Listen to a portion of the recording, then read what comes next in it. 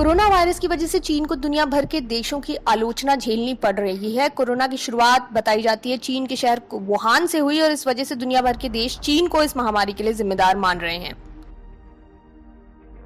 उधर चीन के साथ अपने पेचीदा रिश्तों के लिए चर्चा में रहने वाले ताइवान ने भी घोषणा की है कि वो पासपोर्ट रीडिजाइन करेंगे, जिसमें अंग्रेजी में लिखे रिपब्लिक ऑफ चाइना शब्द को हटा दिया जाएगा और उसे बस पासपोर्ट पर बने राष्ट्रीय चिन्ह में छोटे से फॉन्ट में रखा जाएगा। वजह, ताइवान के लोगों को कोरोना वायरस के बाद अब कहीं बाहर सफर करने में परेशानी का सामना करना पड़ रहा है, क्योंकि उनके पासपोर्ट पर रिपब्लिक ऑफ चाइना लिखा है और लोग उन्हें गलती से चीनी समझ रहे हैं।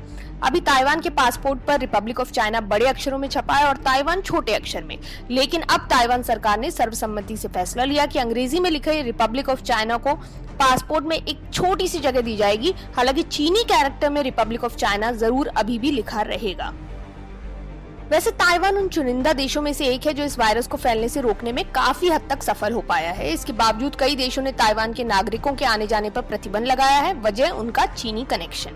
हालांकि कोरोना वायरस सिर्फ एक वजह नहीं है ताइवान के पासपोर्ट को बदलने की।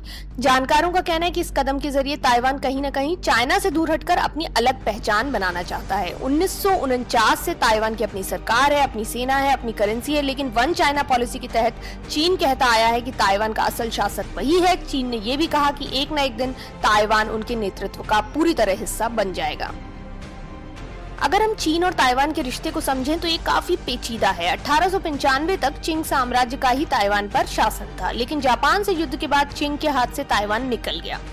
दूसरे विश्व युद्ध के बाद जापान के सरेंडर करते ही चीन ने ताइवान पर फिर से दावा पेश किया। 1949 में चीन में सिविल वॉर हुआ। चीन की कम्युनिस्ट पार्टी ने चीन पर राज कर रही नेशनलिस्ट पार्टी को हराया और उसके नेता शियांग केई शेक भागकर ताइवान आ गए। इसके बाद से शियांग और उनके समूह ने ताइवान की राजनीति को कंट्रोल किया।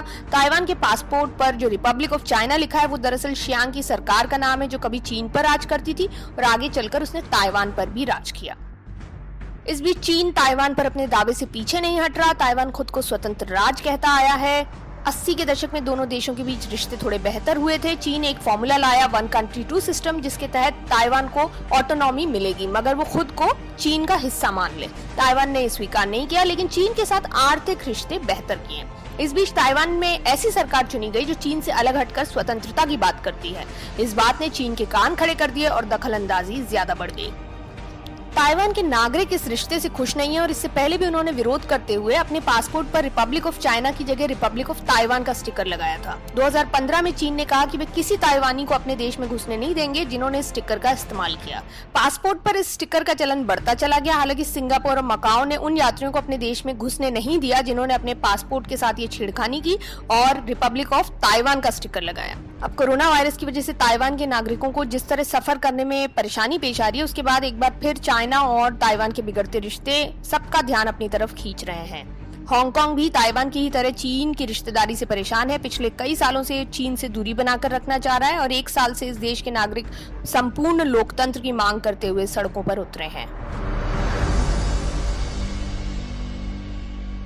Presenting V News app, available on Google Play and App Store. Download it now.